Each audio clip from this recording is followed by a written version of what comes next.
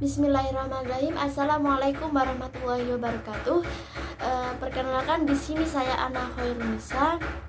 Dalam video ini saya akan menjelaskan tentang komunikasi dalam mata kuliah administrasi dan supervisi pendidikan, yang mana mata kuliah ini diampu oleh Bapak Fikri Farihin MPDI.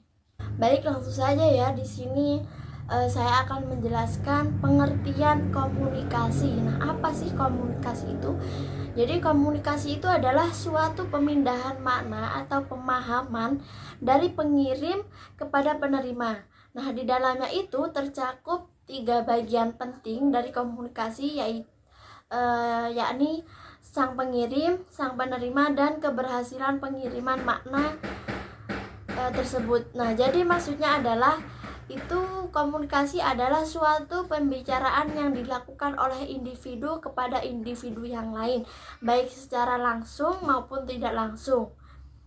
Nah, kemudian ada beberapa unsur-unsur dalam proses komunikasi. Nah, komunikasi pada dasarnya adalah proses penyampaian pesan. Nah, oleh karena itu ada unsur-unsur pokok dalam komunikasi, yaitu yang pertama ada komunikator. Nah, apa komunikator itu? Komunikator itu orang yang menyampaikan pesan kepada orang lain.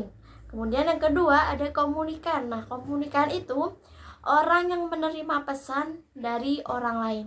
Kemudian yang ketiga ada pesan. Nah, pesan itu sesuatu yang disampaikan, dapat berupa informasi, perasaan, instruksi, dan lain-lain. Kemudian yang keempat ada media. Nah, bentuk atau cara pesan itu disampaikan, media dapat berupa lisan, tertulis, film, dan bentuk lainnya. Kemudian yang terakhir itu ada efek. Nah, perubahan yang terjadi itu pada komunikan sesuai dengan harapan komunikator. Baik, itu tadi pengertian dan unsur-unsur dari komunikasi. Kemudian yang selanjutnya ada bentuk-bentuk komunikasi. Jadi secara garis besar, bentuk komunikasi dibagi ke dalam 2 bentuk besar, yaitu komunikasi verbal dan komunikasi nonverbal. Meskipun kedua bentuk komunikasi ini berbeda, akan tetapi dalam pelaksanaannya keduanya saling melengkapi. Bahkan dapat dikatakan bahwa dalam setiap komunikasi, verbal akan selalu didukung oleh komunikasi nonverbal.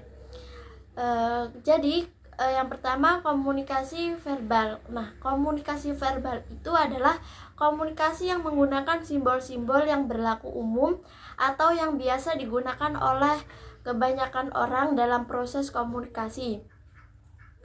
Jadi simbol-simbol yang digunakan oleh orang dalam komunikasi itu dapat berupa suara, tulisan, atau dalam bentuk gambar-gambar.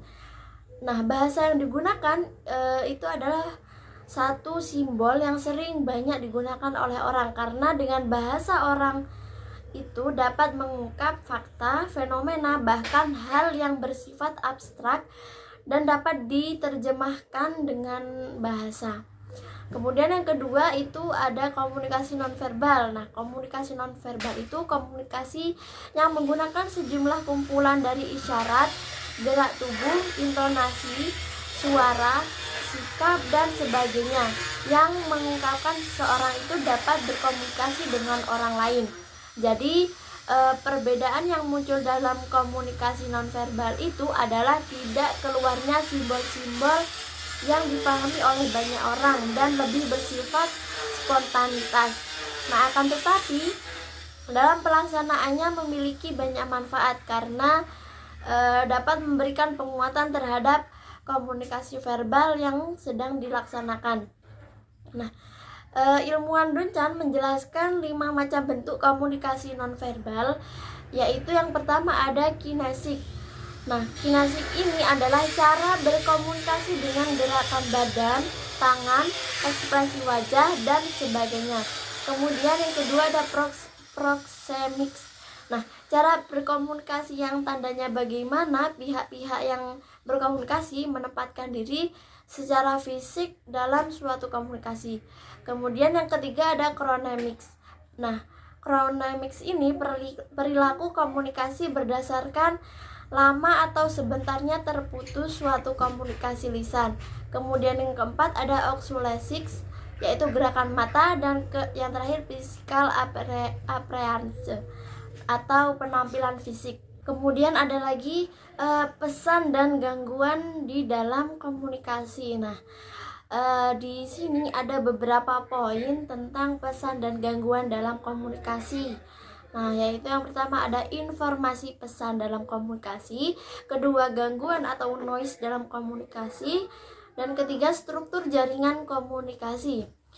Selain itu ada teknologi informasi dalam komunikasi. Nah, di teknologi informasi ini juga ada beberapa poin. Yang pertama ada teknologi informasi yang berupa lisan atau tertulis, dan yang kedua yaitu permasalahan-permasalahan dalam teknologi informasi.